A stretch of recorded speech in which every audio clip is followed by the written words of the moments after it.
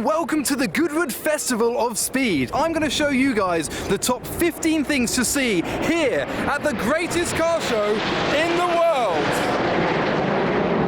So attraction number one is this, the performance parking. This is where you can pay extra to park your car to spectate at the Festival of Speed and be in your own little zone. So all of these cars have paid a little bit extra, about £70 extra, to park in this zone. There are strict guidelines as to which cars can pull in, so SLK 55 AMGs, Bentley Continental GTs and Z1s are allowed. It used to be a little bit stricter, but now we're allowing a lot more, so we can see more variety within the show, even a Maloo Ute. Now the public car park, which is beyond me, there are various different car parks, are great opportunities to spot wild cars just parked down the road.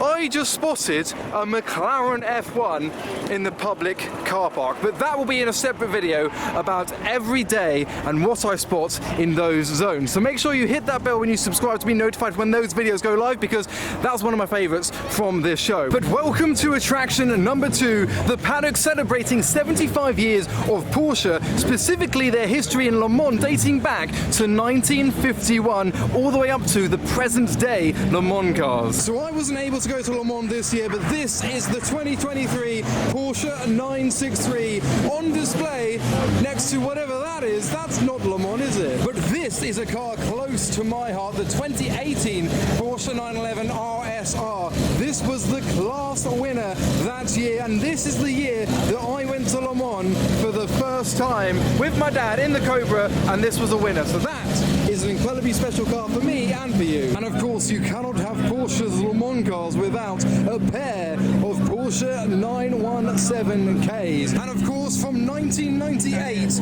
the Porsche 911 GT1 Mobile 1 livery, another legendary classic from the Porsche history at Le Mans. Further down from some of the Le Mans cars, we are celebrating 60 years of the Porsche 911 with the Hoonigan car right in the middle. But more crucially speaking, we have a lineup of Porsche 962s and 956s in front. But attraction number three celebrates 60 years of McLaren racing, which includes Niki Lauda's McLaren Formula One car and two McLaren F1s, the Lark Short Tail and Squiggles, the Long Tail. Further up, we have a McLaren Formula One car from the year 2000, which would have been driven by David Coulthard or Mika Häkkinen. But as you get further to McLaren's conception, you go back to McLaren Orange and the cars that Bruce McLaren drove himself. And here, a demonstration of the 2023 livery for Silverstone's Formula One race with the Chrome versus Papaya Orange. Oh, coming through. It's quite the beast, isn't it? It's not just Formula One, we've also got some Can-Am races from when they were twinned with Chevrolet and Oldsmobile. But the paddock is mostly about Lando Norris and Oscar Piastri, who I think will be here later on in the week. But attraction number four just has to be the Le Mans Centenary celebration, because we have a lot. Ford GT40s, even the Bentley Speed 8. What an incredible way to celebrate 100 years of Le Mans. Jaguar XJR9 next door, and the Sauber Mercedes C9 as well. And how about this Cadillac nicknamed the Monster? And as part of the Le Mans Centenary, Ferrari have a presence as well, once again with their car from 2023. And as you come all the way down to the end, you've got the Ferrari 166mm and the 1958 Le Mans winner, the Ferrari 250 TR. And you can't celebrate Le Mans without Audi with their R8, their R10 and their R18 TDI. But you join me at McLaren for attraction number five. It's this guy. So they've brought along their extreme electric racer, but we're going to ignore that briefly, because beyond the Artura is something incredibly special, and that is the V10 McLaren McLaren Solus GT. Unlike most modern hypercars, this has a 5.2 litre naturally aspirated V10. This will go into production. They're making 25 of these based on a prototype car. So I know the McLaren has already featured twice in the top 5 so far. Here is their new 750S, and of course another McLaren F1 GTR. This one the 1995 Le Mans winner Ueno Clinic, which is actually a penis surgery in Tokyo. And we conclude with another one of their Formula One cars. And attraction number 6 is in front of the Goodwood house, and this is a statue which celebrates 75 years of Porsche once again. Porsche are going big and bold this year, so you've got 6 of their cars on this unique bespoke monument in front of the house. A 997 Sports Classic, a Martini 992 Carrera 4 GTS, a 356, a 962C, the 2023 Porsche Le Mans car, and one of their earliest races right at the top. But attraction number 7 is one of my favourites. Forgive my pronunciation, this is the Cartier Style et Luxe lawn, and this celebrates various categories, starting off with homologation special Le Mans cars. So these are the road-going variants of the Le Mans cars from the 90s to the noughties, starting with the CLK GTR. Yes, this is road legal, as well as all the other cars on this part of the lawn. The McLaren F1, another one for the day, but I am more focused on what is next to me, the Nissan R390, and yes, this is road legal, one of the only road-going variants of the R390 Le Mans car. This one, much like the CLK GTR over there, was originally a race car, but it has since been converted for road use with its 3.5 litre V8 in the middle. We next have the 911 GT1 Strassen version,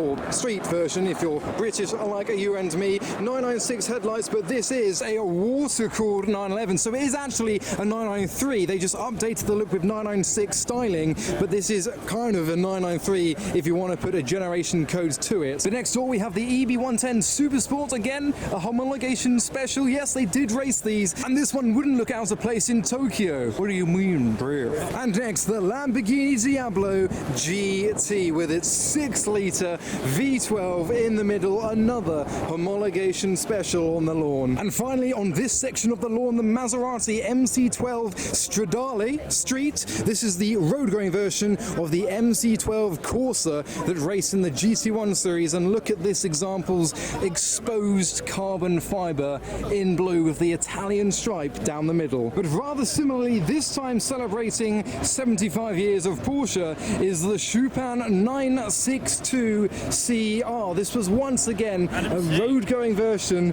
of a Le Mans car, so kind of lightly and loosely based on the 962C. This was Schupan's take at what a road-going version may look. And as I said, that is part of the Porsche celebration section. So we have a Zagato Porsche Carrera GT, a Porsche 918, and a 959 in the middle. But attraction number 8 this year at the Festival of Speed is all on its own.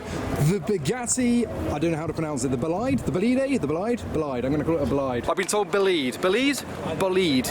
Bolide. This is a prototype from Bugatti, and I am battling with the reflections because it's in its own little box. Google Translate's told me it's Bolide. That's the pronunciation of this car. So this is a track-only car and will be their last car to feature the legendary W16. But we will leave the Bolide alone because I'm in the Brooklands paddock for attraction number 9. This is where the vintage and classic racers lay. It's tucked out the way a little bit, but you'll see such cars as the DB3S and Nick Mason's very own Ferrari 250 GTO. Probably the most famous 250 GTO on the scene. It's actually driven and kind of raced. And here, nicknamed the Beast of Turin, is the Fiat S76, the flamethrower. And I know I'm very biased to enduro endurance series cars, but you can't go wrong with a BMW M1. And at the top of the Brooklands paddock, we've got the Gymkhana Fiesta and Rolls-Royce with their new Spectra electric car. But attraction number 10. We are nearing the drift cars, and I am approaching a rotary-powered Corvette C6. That is what you can hear. We've got backseat LSX-powered GTR as well. I can't talk.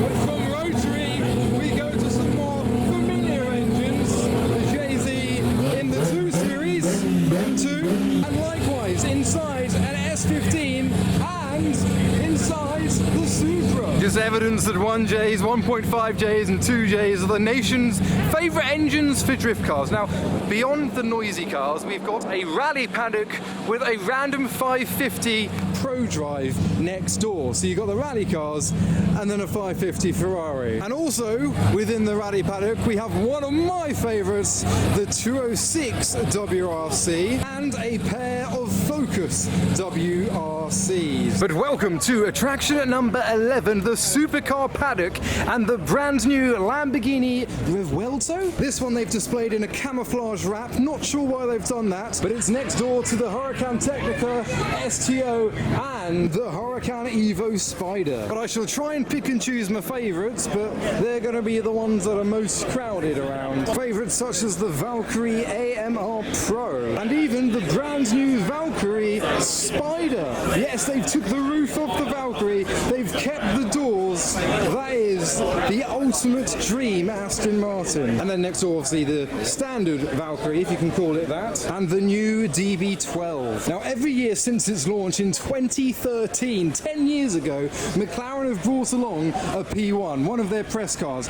Ever since the cinemas launched, they brought along a Senna. It's like getting a bit old now, but they've one-upped themselves this year and brought along a 2011 McLaren 12C. And Ferrari have just revealed their brand new one-off KC23 based on a 488 Evo. But again, it's far too crowded to have an in-depth look at, so I'm going to look at my favourite modern Ferrari, the Daytona SP3. But some more stars of the show this year are Singer with their brand new reimagined 911s. This one a 964 inspired by the 934 race cars. And one of the most bizarre looking cars so far is the new Zinger 21C. It's got 2 seats, both centrally aligned, and more crowds are gathering around and enjoying the Gordon Murray T50. And here's something rather special, the only P1 Spider in the world so far. And we have the brand new AMG GT in a bit of camouflage. You can't quite see how they're going to look, but you can get an idea. But this is where the big names start, and I mean the physically large names, the Hispano Suiza Carmen Malone in carbon fibre. But here's something special, the brand new Pagani Utopia, replacing the Huayra, seen for the first time in the UK here at the Festival of Speed. But whilst I put the Bugatti Bolide on a pedestal in its box and suffered from the reflections, they've actually got one here that's going up the hill. This one in full exposed carbon fibre rather than French blue on the other example. Hopefully later on we will see and hear the W16 on its final route as Bugatti's flagship engine. But at the top of the supercar paddock we have Koenigsegg's own stand with the brand new Jumeirah, this time with its twin-turbo V8 and electric motor. And further around the CC850, a more modern interpretation of their first ever car. And further along the brand new McMurtry, which will once again go for a record after last year's Goodwood saw a new record from their previous car. Now number 12 is the Lanzante stand. Not only do they have their Tag Turbo Porsche 911, the McLaren P1s here are unbeatable, and you can tell because Freddie Tavares is getting notes for his own. And it's just one of Lanzante's incredible creations. You've got the Senna GTR behind as well. Even Ben Collins himself is admiring the work on display on this stand. My personal favourites are the half and half McLaren P1 GTR. Expose that side, and then you got the bodywork down here, and I love the final P1 GT finished in the same specification as the final McLaren F1 GT. Here we've got the green P1 GT as well. 2 out of the 5 being made are both on display here with Lanzante. The green with the tan interior looks incredible. But number 13 is in another glass box, and that is the Lamborghini SC63. This car that they probably don't want you to see too much of was revealed today. It's a Le Mans car from Lamborghini. It's got a 3.8 litre twin-turbo V8 and a man proposing to it in front of it, as well as electric motors, and it looks stunning. Everyone wants to get a good look at it. We're going to try and get some unreflected shots. Oh, there's a door open. You can kind of see behind the trousers. There you go. That's the best view that you're going to get of the new SC63 for now. But just down from that, we do finally have an uncamouflaged look at the brand new Aventador's replacement. The brand new Lamborghini Revuelto, I think, maybe. It's more difficult to pronounce than Aventador, but there it is in front of me for the first time. Now, we're nearing the final part of the Festival of Speed that you need to look at this weekend. We're not going to mention the hill climb because everyone knows the hill climb's there. That's what this is based around. So number 14 is the first look paddock. Ford has brought along a prototype of a new Ford Explorer, as well as the new Mustang Dark Horse. But being just opposite the MG stand, they have brought along the brand new MG Cyberster. This is an electric 2-seater convertible. This is the first electric 2-seater sports car convertible that's ever been made, ever since the original Tesla Roadster, and it makes sense to wear that MG badge despite it being kind of Chinese. But this car is still of a British design despite being left-hand drive, and is going to come to the market very soon. Got fireworks celebrating Porsche's anniversary. Take a look at those rear lights. Pointing right on the right, pointing left on the left. Oh, Shrek's just farted. Also in the first look paddock we have the new Huracan Stirato next door to another Revuelto. I'm still getting used to the pronunciation of this word. Got the Urus Performante as well, and Shrek's fart is now amongst all of us. But number 15, as a consumer, is probably my favourite section. So we start off with the Liberty Walk S15, head down past the 190E Cosworth and the Donk, because I am taking you guys to the Traders Village. So it's only in the Trader Village that you would see such gems as Zax Regera with a bike on its roof, or even the bagged Liberty Walk 430, or even Lexus LFA, McLaren P1, Liberty Walk, Lamborghini Aventador. And look, more evidence that this area is where to go. You've got an Aston Martin Vulcan next door to another Daytona SP3, and then a Martini psychedelic liveried Porsche 911 Dakar next to an S14 drift car. But I'm in right at the center of the Trader area. I'm going to do a bit of shopping myself. I've only got this one day to show you these top 15 items to find at the Festival of Speed this year. So I'm going to leave you with one more car for you to see, and there's a lot more coming soon about this car. So welcome to the Total Head Turners stand with their replica GT40s, Sam Hard's Countach replica as well. But above all that, this is what I want to show you, a Bugatti Veyron replica. More will be coming soon on this car, so make sure you hit that bell when you subscribe to be notified for those videos. So I hope you enjoyed this video about the top 15 things to see this year at the Festival of Speed. Go follow me on all my social channels for updates, highlights and photos that I take at these shows and more. But for now, thanks for watching.